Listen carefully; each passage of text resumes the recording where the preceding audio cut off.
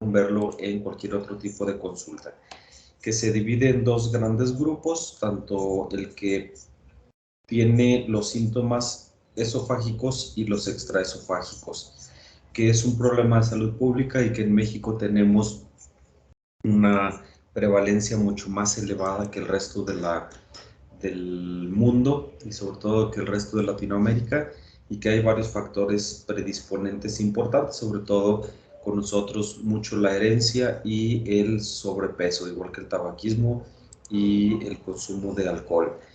Que el problema de la enfermedad por reflujo está en, perdón, me andaban viendo, está aquí en la barrera antirreflujo, que está dada por condiciones anatómicas que al fallar nos provocan ese retorno del material gástrico hacia el estómago, aparte de alteraciones fisiológicas de movimiento, sobre todo de alteraciones de la motilidad, tanto esofágica como gástrica, que provocan un aumento de la posibilidad del desarrollo de la enfermedad. Que las manifestaciones extraesofágicas están dadas por las condiciones que provoca el retorno del material ácido, sobre todo hacia la vía respiratoria, hacia el esófago, y que junto con un reflejo vagal provocan broncoespasmo y la sintomatología respiratoria.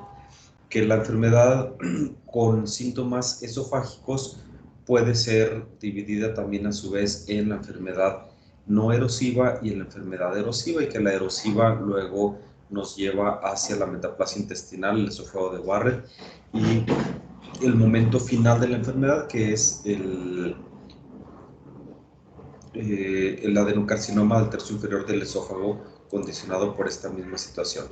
Hablábamos de la posibilidad diagnóstica, que la clínica, la prueba terapéutica, los hallazgos endoscópicos, que incluso sirven no nada más para diagnóstico, sino para clasificación, y que siempre deberíamos de complementar con una serie esofágico-gastrodenal para evaluar lo que ya nos había dicho la endoscopia y poder complementar y de allí dejar el diagnóstico. Decíamos que el síntoma por el que el paciente acude y el síntoma cardinal en enfermedad por reflujo es la pirosis retroesternal, y que se puede asociar a algunas otras cosas, que los síntomas típicos 2 o más veces por semana en el paciente joven sin datos de alarma nos ayudan a establecer el diagnóstico presuntivo.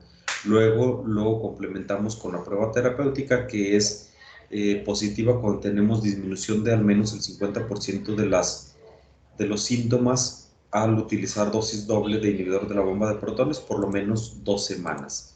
Y que la endoscopia nos sirve para evaluar las secuelas que nos puede estar provocando, para clasificar sobre y que tenemos dos sistemas más comunes de clasificación, que es el de Los Ángeles, que se clasifica con letras, y el de Savary y Miller, que se clasifica con números del 1 al 5, que los dos son buenos métodos para la clasificación, y que las clasificaciones bajas nos permiten tratamiento médico, las clasificaciones elevadas, aparte del tratamiento médico, van a requerir tratamiento quirúrgico.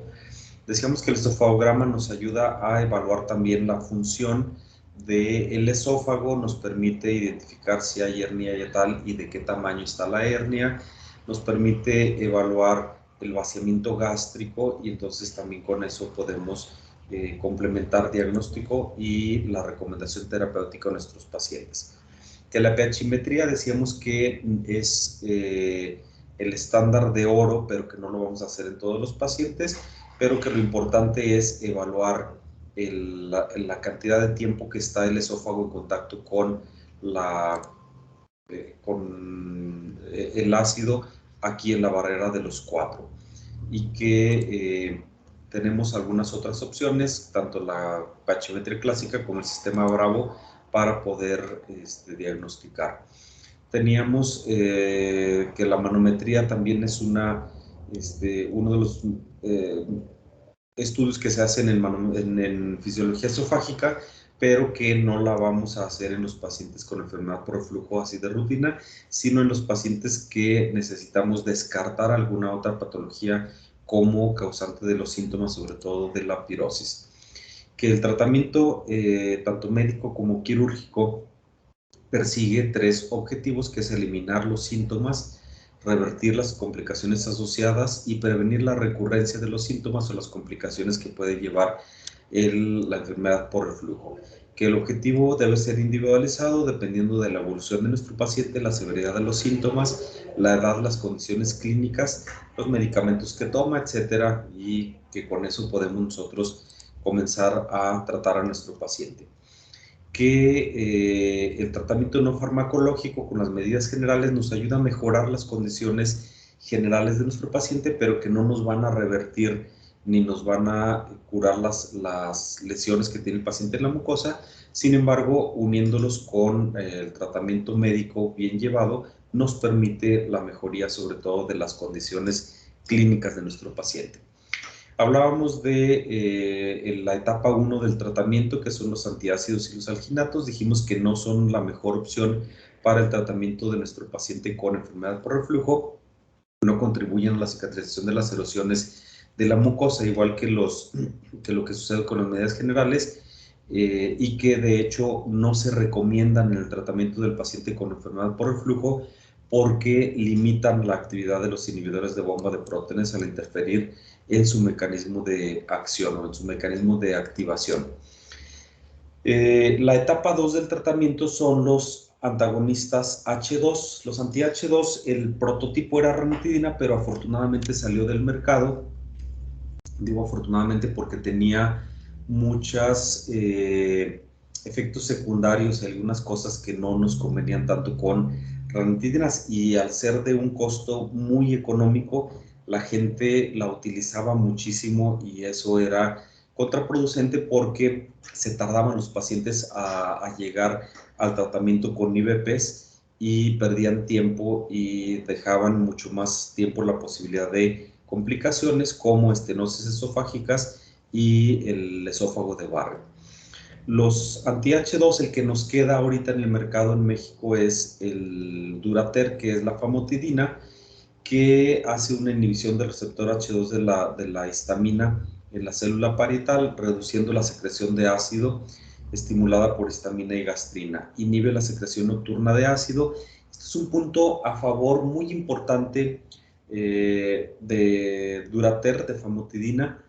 Ranitidina no tenía tanto este efecto de disminución de secreción de ácida nocturna, cosa que sí tiene muy bien Durater y que sí nos permite no ser el tratamiento de elección, el tratamiento primario de enfermedad por reflujo, pero nos permite controlar esa fuga ácida nocturna. Entonces, el tratamiento va a ser el de base los IVPs y podemos utilizar como rescate en la noche una toma de famotidina de 40 miligramos en nuestro paciente. Nos permite mantener el 50% de inhibición de ácido durante 10 horas más o menos, y esto nos permite que sea muy bueno para ese control de la fuga ácida nocturna. Pues no es el de primera línea, pero es un adyuvante en el tratamiento de la famotidina. El Unival, el Ulcicral o sucralfato que encuentran los pacientes en la farmacia no tiene una evidencia para su recomendación en enfermedad por reflujo.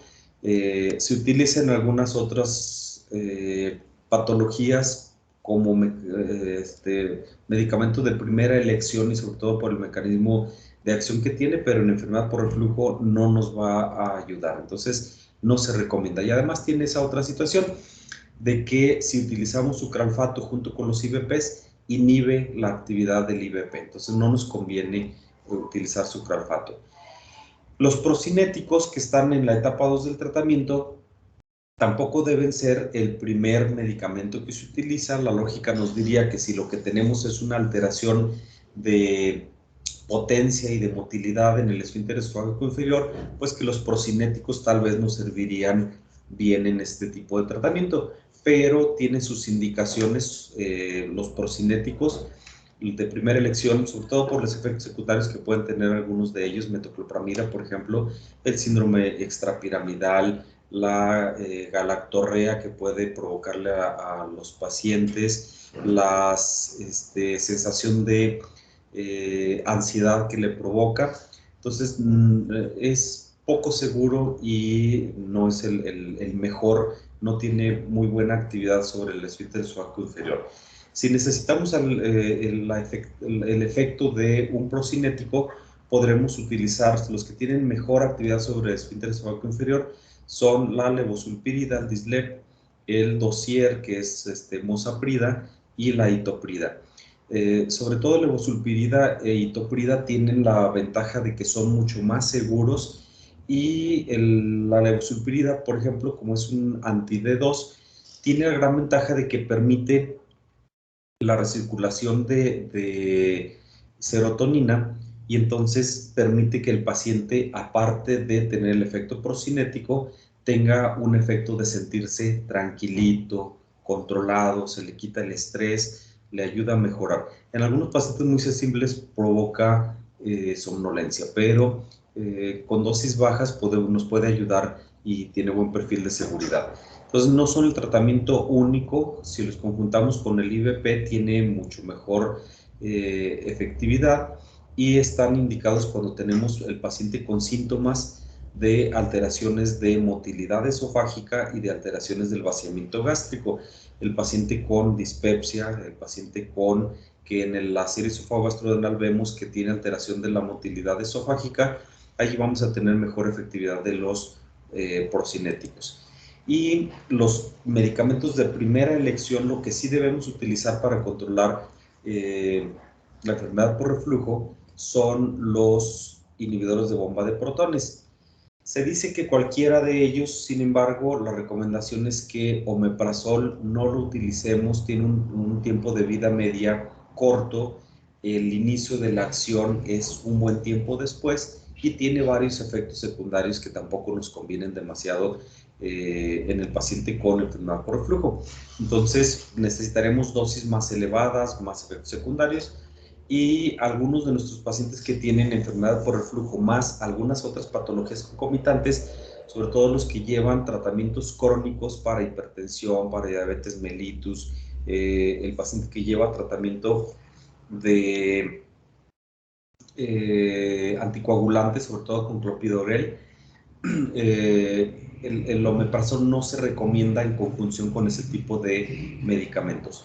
Si se fijan, cuando hablamos aquí de procinéticos, en ningún momento hablé, por ejemplo, de cisaprida. Cisaprida se nos quedó atrás hace muchísimo tiempo, y sobre todo en el paciente adulto. En el pediátrico todavía tiene algo de campo de acción, pero aquí no. Y sobre todo, cisaprida con omeprazol desde el año 2000, creo que todavía ni nacían ustedes en el 2000. Desde el año 2000 la FDA sacó una alerta donde no debemos de combinar omeprazol con cisaprida porque provoca un síndrome de QT largo y muerte por un paro cardíaco súbito en el paciente.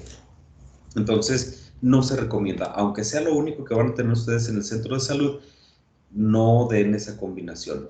Y por eso el perfil de seguridad de omeprazol no es el más adecuado, y entonces lo menos que pueden utilizar ustedes en el paciente con una enfermedad por reflujo es pantoprazol, lansoprazol,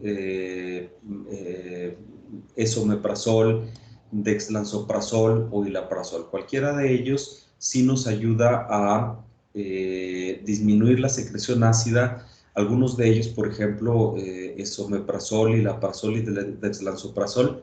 Bueno, y el S-pantoprazol también, el GAMO, tienen buena actividad aquí y nos permiten que el bloqueo de ácido sea, el promedio de tiempo de vida media de estos medicamentos es de 18.6 horas, con un efecto residual hasta de 32 horas. Entonces, nos permite muy bien estar controlando síntomas del paciente.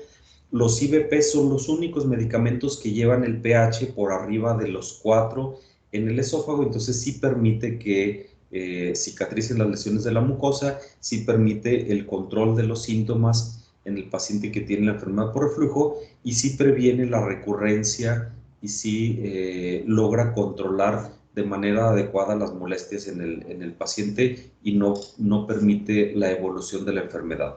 Entonces, IVPs es lo mejor que puede utilizarse.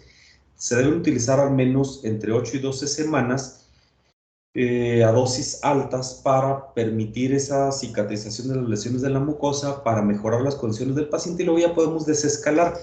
Dijimos entonces de primera elección como tratamiento inicial, omeprazol no. Cuando ya estamos en la etapa de mantenimiento y si el paciente no tiene contraindicación o no tiene patologías concomitantes y no está tomando medicamentos crónicos, sí podemos bajarle, disminuir la terapéutica a omeprazol.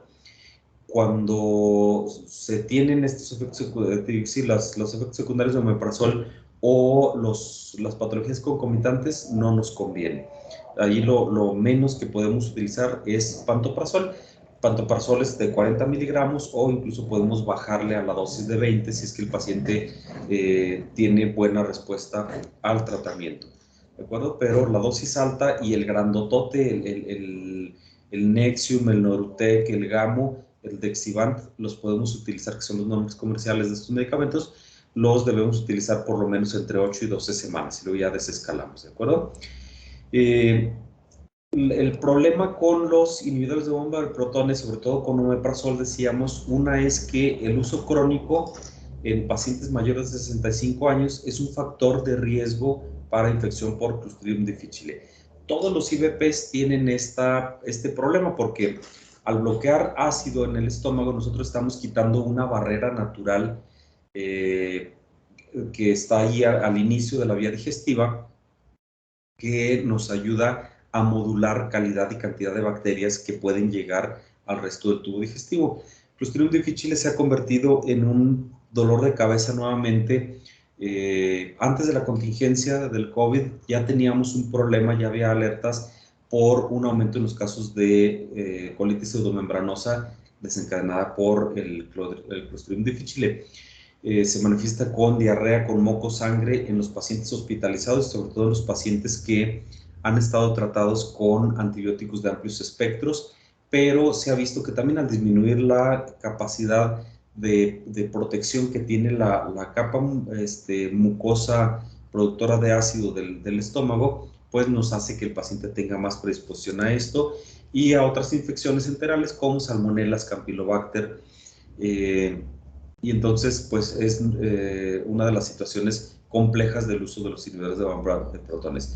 Omeprazol en específico se asocia también a un tumor que se llama MALT, que es un linfoma asociado a la mucosa gástrica. Entonces, no se recomienda que utilicemos omeprazol ni a dosis elevadas ni durante demasiado tiempo. Omeprazol también es un factor de riesgo para osteoporosis y se ha reportado daño renal en los pacientes que tienen demasiado tiempo utilizando omeprazol. Entonces, ser cautos con el tratamiento sobre todo con omeprazol. El resto de IVPs son mucho más seguros. Los inhibidores de bomba de protones en las esofagitis C y D de Los Ángeles, después de haber terminado el tratamiento con IVP entre 8 y 12 semanas, se recomienda que se haga una endoscopia de control para evaluar la presencia de esófago de Barrett, porque en el momento agudo de la inflamación de la esofagitis, puede ser que el esófago de Barrett haya quedado incluido por debajo de las lesiones y cuando ya controlamos la inflamación, puede ser que ahora sí aflore ese esófago de Barrett. En los C y en los D también la recurrencia a los 6 meses después del tratamiento, aunque sea el tratamiento adecuado con IVP, con procinético,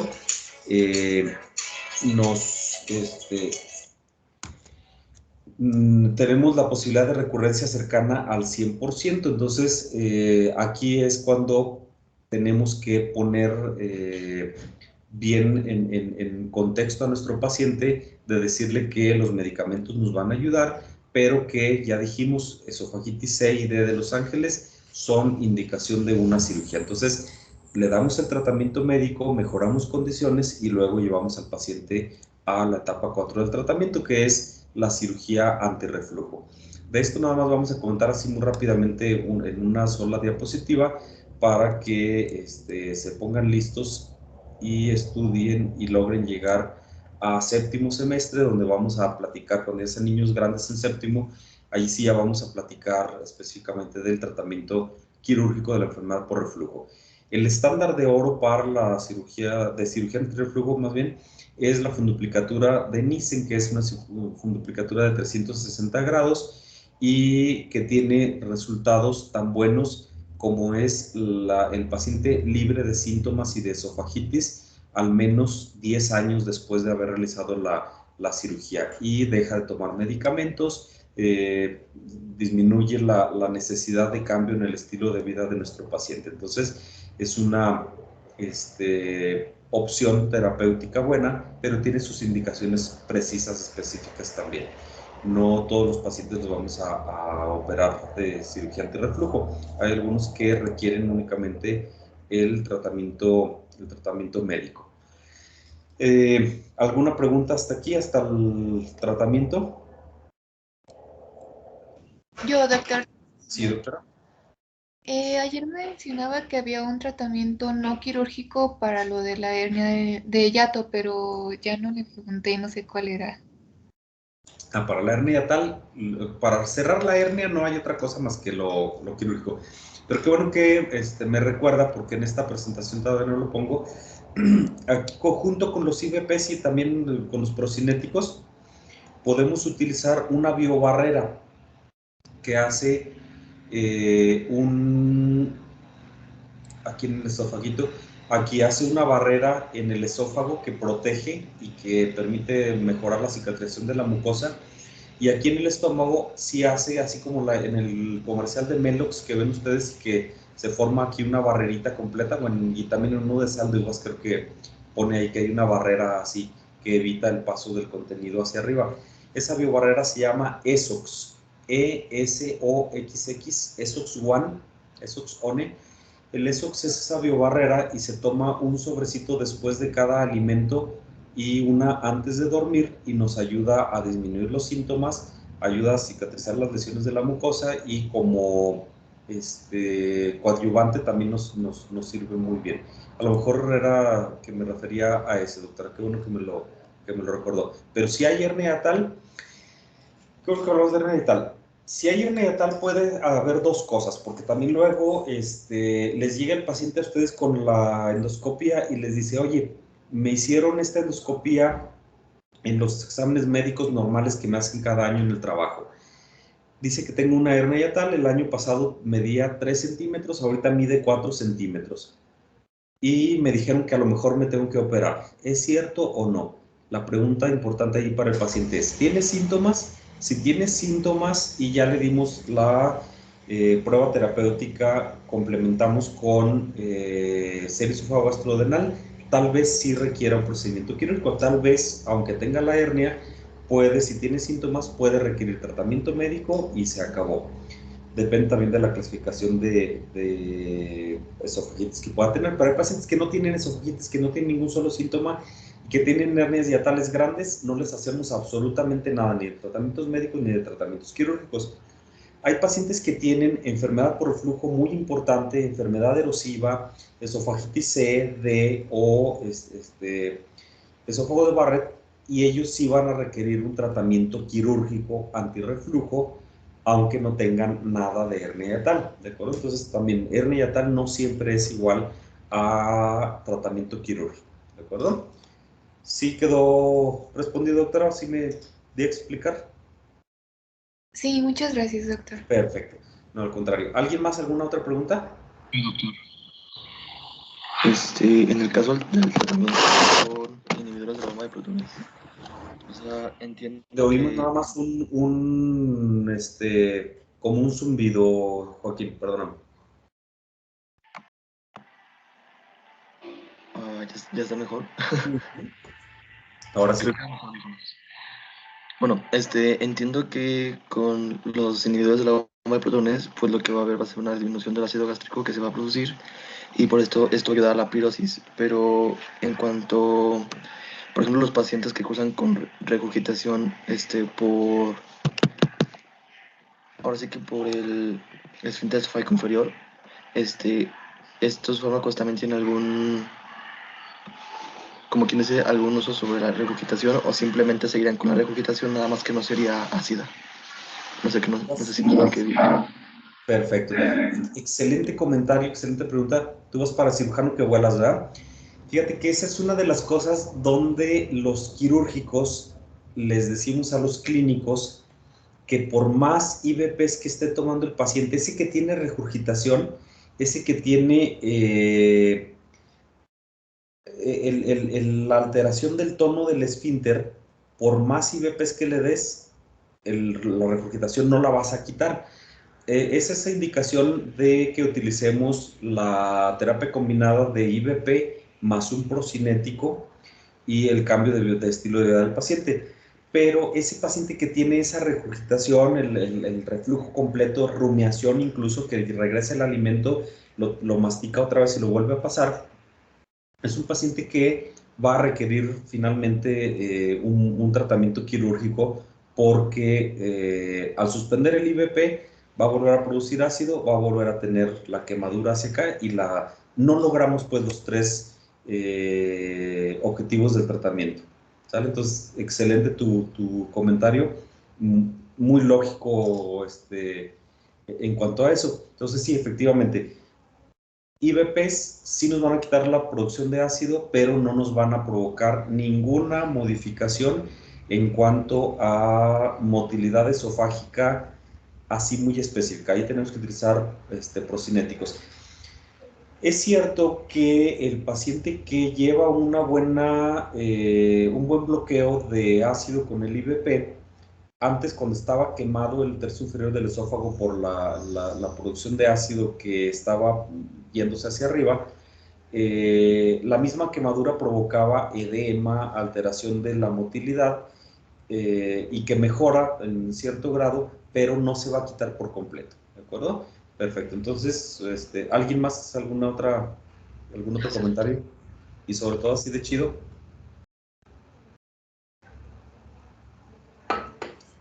Nada, bueno, le seguimos.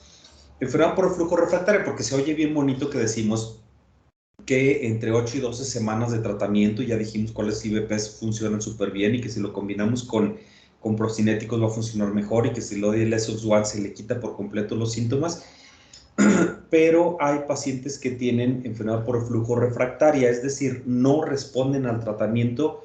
Así utilicemos dosis dobles del IVP y de la última generación, de lo más nuevo que tenemos. Hay pacientes que no van a mejorar. Se reconoce como ERG refractaria a aquel paciente que tiene una falla o incapacidad para obtener la total cicatrización de las lesiones de la mucosa o la resolución satisfactoria de los síntomas después del tratamiento completo con la dosis estándar de IVP e incluso con procinético. Y estos pacientes siguen teniendo síntomas 1 o 2 veces a la semana en el último mes, a pesar de estar tomando incluso los IVPs diario, más la famotidina en la noche para control de la fuga ácida nocturna, y se presenta hasta en el 30% de los casos, un número muy importante de pacientes. En la variedad no erosiva es en la que es más común, y allí pues dice uno, bueno, es que ese paciente que tiene la variedad no erosiva de por sí ya tiene algo raro, algo anormal, por eso no tiene quemadura de la mucosa, por eso no tiene las erosiones y sí tiene muchos síntomas. Entonces, por eso son más refractarios ellos al tratamiento. Entre el 6 y el 15% de los erosivos y hasta el 20% de los que tienen Barrett van a tener enfermedad por reflujo refractaria. ¿Por qué se da la enfermedad por reflujo refractaria? Pues hay diferentes desencadenantes de la no respuesta al tratamiento, que puede ser una, la falta de apego al tratamiento. Una es que le dé uno la receta al paciente y le diga, tómate estos medicamentos por 12 semanas, y otra es que él diga, es que hoy es viernes, el cuerpo lo sabe, hoy es día de ahorcar a la enfermera con el estetoscopio y me voy a tomar unos alcoholes, y entonces muchos de los pacientes dicen, como voy a beber alcohol, suspendo el tratamiento desde hoy y todo el fin de semana. No se apega de manera adecuada al tratamiento. Segunda, me pasó con una paciente que le dejé el inhibidor de bomba de la última generación, el mejor procinético, las recomendaciones, todo, y llega a la consulta de seguimiento y dice, vengo porque no me pasó absolutamente nada, no me sirvió su medicina para nada. Y luego la que me defendió fue la nieta de la viejita, que le dice, abuelita, pero dígale al doctor qué hizo. Dijo, bueno, es que los medicamentos que usted me recetó estaban carísimos. Norutec, por ejemplo, el Laprazol cuesta más o menos 1,200 pesos el tratamiento de una semana. El Dislep también anda por ahí en 500 pesos, el procinético, y el Esox One también anda cerca de 500 pesos la cajita. Entonces, sí, es un tratamiento caro, pero que por eso tenemos que explicar nosotros al paciente que es el medicamento más nuevo, por eso es caro, le conviene hacer la inversión en este momento para que mejore rápidamente y luego ya vamos desescalando y le gastamos menos que llevárnosla de a poquito con otro tipo de tratamientos. Pues a ella se le hizo demasiado caro, se fue al IMSS y en el IMSS pues le dijeron, mire, aquí no tenemos dexlansoprazol, pero tenemos omeprazol, tenga su omeprazol. Bueno, aquí no tenemos la levosulpirida, el Dislep, aquí tenemos metoclopramida, tenga su metoclopramida. Aquí no tenemos Esoxuan, tenemos, que ni siquiera es ni en el mismo grupo, pero le dijo que era un sobrecito, entonces aquí no tenemos nada de eso, tenemos el gel de aluminio y magnesio, tenga, se lo dieron, y por eso no le funcionó, entonces falta de apego al tratamiento. Otra, la fuga ácida nocturna, cuando detectamos que el paciente tiene los síntomas más en la noche, esa sensación de levantarse en la noche que se está ahogando, la pirosis, el ardor retroesternal nocturno. Entonces, a este paciente le iniciamos el anti-H2, la famotidina, por la noche y le va a ayudar a disminuir todo esto. Otra es la resistencia y el metabolismo acelerado de los IBPs. Los chinos se dieron cuenta, los mismos que nos trajeron todo este problema, también han traído una tecnología buenísima y la Parasol es tecnología de los chinos.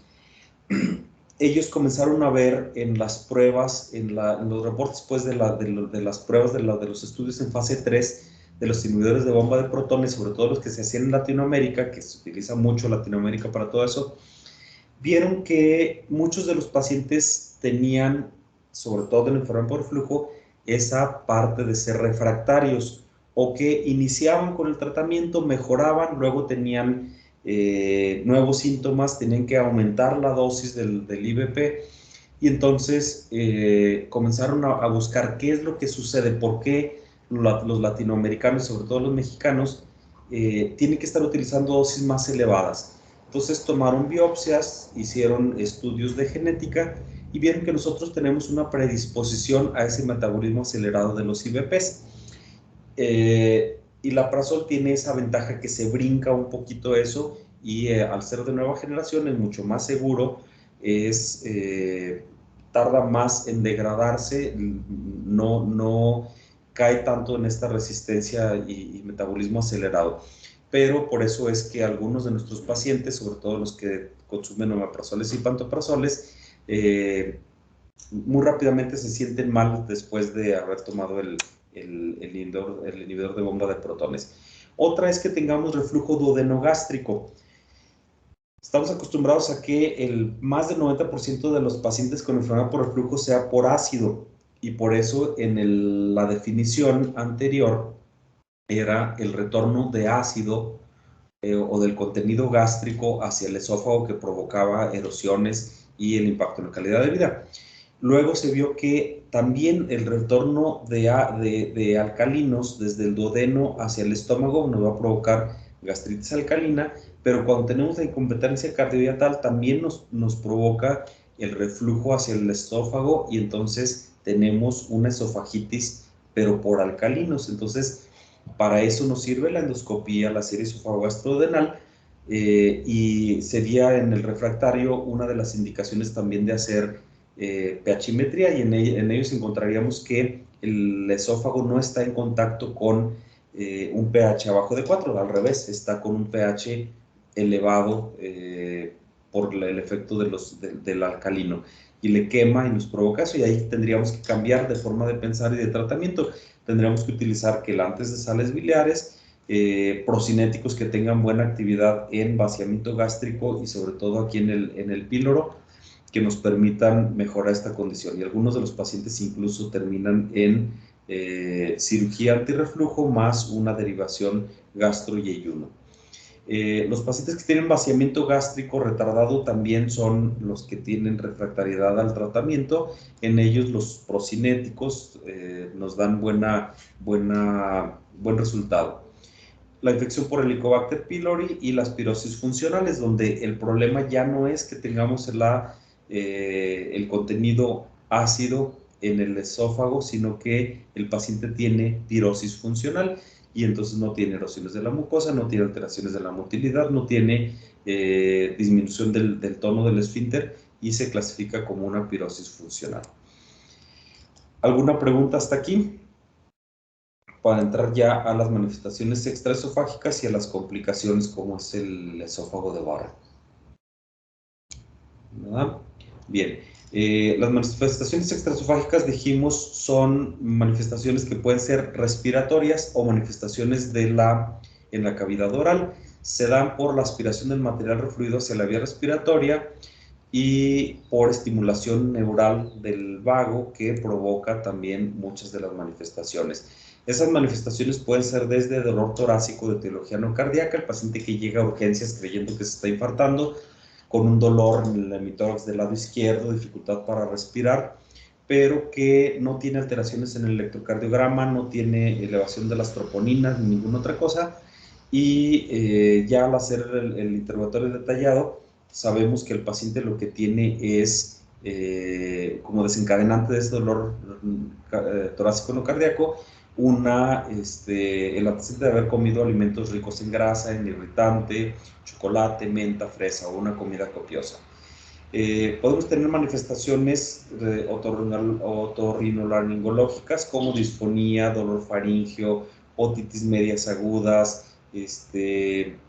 sinusitis, laringitis, estenosis esofágicas, carcinomas laríngeos, algunas pulmonares como asma, un cuadro clínico muy parecido al asma, a fibrosis pulmonares, a bronquiectasias, etc. Y las manifestaciones en la cavidad oral, el daño a la dentina, con las consecuencias de esta por erosión de los dientes y la predisposición a la formación de caries. En las extraesofágicas puede ser entonces laringitis, ronquera, que se manifiestan más en la mañana que en la tarde, va mejorando el paciente en la tarde. La tos crónica, que es una tos que dura más de 3 semanas, es una tos irritativa, seca normalmente. Se presenta esa tos en las mañanas, el paciente amanece tosiendo y después de las comidas también tiene la tos. Durante la fonación tiene la tosecita también cuando está hablando el paciente, de repente habla y luego tiene que toser para mejorar una sensación como de un polvito que tiene ahí en la garganta. Y al hacer estudios sobre la tos, el paciente se va a encontrar con estudios completamente normales. Decíamos asma bronquial o manifestaciones pulmonares parecidas a situaciones propias del pulmón, pero que están desencadenadas por el retorno ácido. Las erosiones dentales, la formación de caries importantes y la halitosis como manifestación extraesofágica en la cavidad oral. Y las complicaciones que pueden ser sangrado, úlceras del esófago, estenosis esofágica, esófago de Barrett, que es al que más temor le tenemos, la formación de la metaplasia intestinal y sobre todo cuando comienza con displasia. Las estenosis se dan porque el paciente tiene las úlceras, cicatriza y eso va a provocar la estenosis esofágica. El tratamiento de esta es la dilatación esofágica con balón o la colocación de un stent, una endoprótesis dentro del esófago. Pero el problema es que nos va a suceder lo mismo que hablábamos en acalasia, que va a quedar de todas maneras con reflujo gastroesofágico. El esófago de Barrett es la lesión premaligna que, si permitimos que continúe, va a llegar al momento de un adenocarcinoma del esófago. Es más común en los pacientes con esofagitis severa. El riesgo de adenocarcinoma es del 0.5% anual y se va haciendo acumulativo y se va haciendo un riesgo que se multiplica. Entonces, hay que tomarlo en cuenta porque cuando les pregunten en el examen cuál es la condición a la que le tienen más miedo en el paciente con enfermedad por reflujo, no es ni la tos, no es la fibrosis pulmonar, no es el sangrado, es el esófago de Barrett, porque nos lleva al adenocarcinoma del tercio inferior del esófago. Entonces, vamos teniendo el reflujo, la metaplasia, la neoplasia intraepitelial de bajo grado, luego la displasia y luego ya el adenocarcinoma del tercio inferior del esófago. Los factores que nos llevan a tener más posibilidad de desarrollar esófago de Barrett, mientras más edad se va teniendo, más posibilidad de complicación. Nosotros los blancos, güeros, tenemos más posibilidades de desarrollarlo, sexo masculino, los pacientes con obesidad, sobre todo obesidad central, y los que tienen síntomas crónicos de la enfermedad por reflujo, que lleva más de 5 años con síntomas, es el paciente que tiene más, por lógica, ha estado más tiempo su mucosa en contacto con ácido, entonces se tiene que proteger la mucosa y nos provoca todo esto. El Barrett se divide en Barrett de segmento corto cuando mide menos de 3 centímetros y de segmento largo cuando mide más de 3 centímetros. Esto es importante porque el de segmento largo es un factor de riesgo también mucho mayor para la formación de displasia y de adenocarcinoma, ¿de acuerdo? Entonces, son nomenclaturas que debemos conocer también para esto. El tratamiento de esófago de Barrett, forzosamente tratamiento quirúrgico antirreflujo. Lo ideal es que se haga una terapia combinada, primero la ablación de la mucosa, que se puede hacer con argón plasma o con un asa, el cortar la mucosa, lo hace el endoscopista, la ablación de la mucosa, y se combina con un procedimiento antirreflujo, un procedimiento quirúrgico antirreflujo, y eso nos lleva, la gran ventaja es que si no había displasia, eso nos lleva a un momento de borrón y cuenta nueva, nos lleva a que el paciente tenga otra vez el cero de posibilidades de desarrollar esófago de Barrett nuevo y de adenocarcinoma. Entonces, la ablación más el procedimiento antirreflujo, el procedimiento quirúrgico antirreflujo, más los IVPs, nos ayudan a mejorar las condiciones con estos pacientes. ¿Alguna pregunta o comentario en cuanto a esto? El escrutinio en el paciente con esófago de Barrett, las diferentes asociaciones, las más importantes, la europea, la americana, nos dicen que, algunas nos dicen que si no hay displasia, repetimos la endoscopía un año después y después cada 3 a 5 años. La AGA, la americana, por ejemplo, nos dice que lo repetimos al año y después a los 5 años. Acá nos dice que entre 3 y 5, acá dice que los esperemos hasta los 5. Cuando tenemos alto grado de displasia, por ejemplo, entonces se tiene que hacer otra vez la terapia ablativa y la endoscopía cada 3 meses. Y la AGA nos dice que debemos repetir la endoscopía, descartar cáncer, considerar hacer el tratamiento de ablación o cirugía, terminar en una esofagectomía desde el inicio. ¿Alguna otra pregunta o comentario que tengan hasta aquí?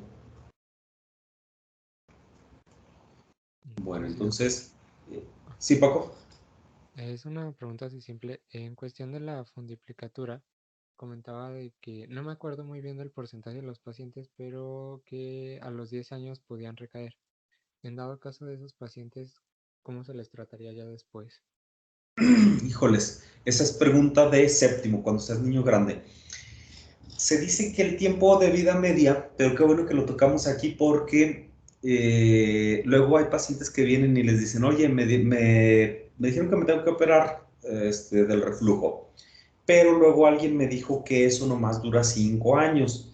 Efectivamente, los cambios anatómicos que se tienen en el paciente que fue sometido a cirugía de antirreflujo, entre los 5 y los 10 años comienzan a modificarse nuevamente la anatomía y puede ser que ya no encontremos cambios ni en la serie esofágico-gastrodenal ni en la endoscopía entre el 5.º y el 10.º año. Sin embargo, afortunadamente, la mayoría de los pacientes persiste el cambio fisiológico, ya no tiene reflujo, ya no tiene otro problema.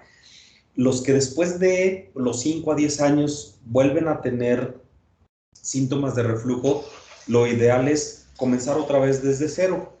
La prueba terapéutica, endoscopía, serie esofágico-gastrodenal, el tratamiento bien establecido con IVPs, con procinéticos cuando es necesario, y en algunas ocasiones cuando sí de veras está desmantelada por completo la funduplicatura, los síntomas son muy comunes y al suspender la terapéutica después de las 12 semanas, tiene síntomas otra vez, y sobre todo aquel que hace esofagitis COD de nuevo, es un paciente que va a requerir una refunduplicatura, una cirugía de revisión de la funduplicatura.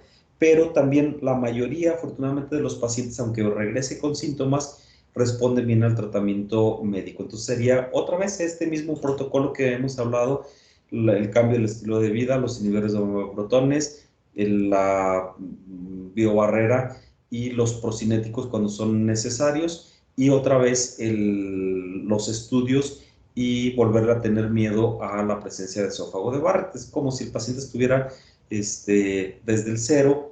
El problema es para el cirujano cuando se requiere la refunduplicatura. Técnicamente es complejísimo, es una cirugía muy bonita, pero es un dolor de cabeza, es un problema. Pero sería lo que tendríamos que hacer, comenzar de cero. ¿Alguien más? Gracias, doctor. No, por nada. Tengo otra duda, a lo mejor y me estoy confundiendo, pero me surgió.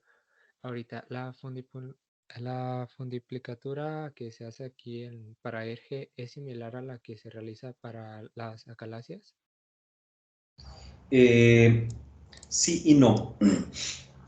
En el tratamiento de acalasia dijimos que lo que hacemos es que cortamos, aquí es la miotomía de Heller, que es el tratamiento realmente de acalasia, el cortar el músculo.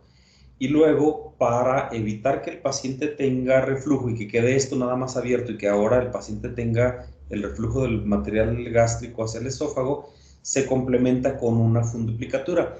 El estándar de oro es esta, que es la funduplicatura de Nissen, la de 360 grados, pero en acalasia no se recomienda que se haga esta. Hacemos la más común es una que se llama de DOR, que es el traer el fundus gástrico, pegarlo acá al pilar derecho del diafragma. Entonces, por eso te digo sí y no. Es el procedimiento antirreflujo.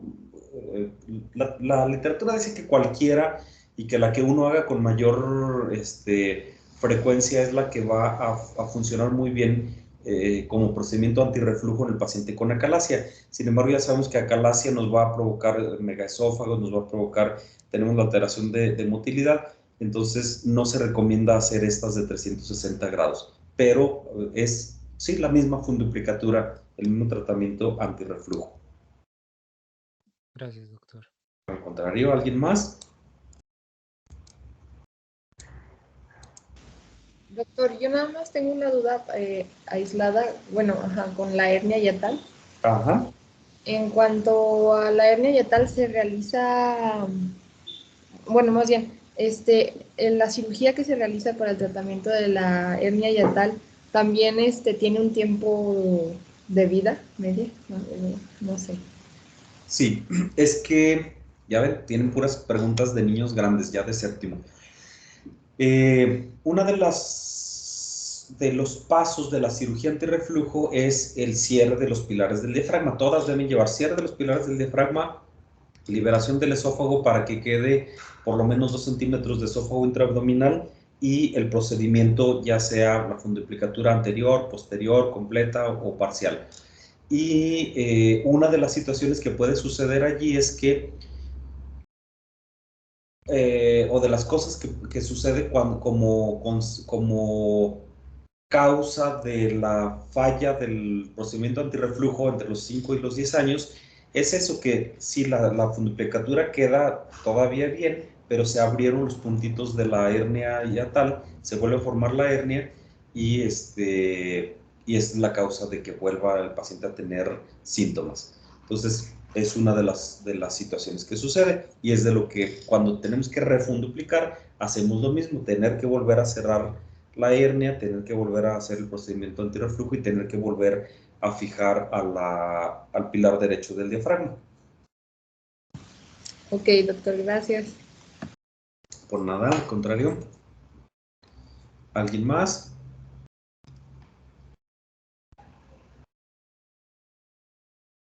Bueno, si no es así, entonces lean las esofagitis pépticas, donde vienen la esofagitis infecciosa, las esofagitis por el consumo de medicamentos, las esofagitis medicamentosas, las esofagitis cáusticas sí, pues la toma de sustancias que erosionan la mucosa. Y entonces es el tema que vamos a ver en la próxima plática, las esofagitis no pépticas. ¿Sale? Pórtense bien, cuídense. Gracias, doctor. Adiós. Gracias, doctor. Gracias, doctor. Bye.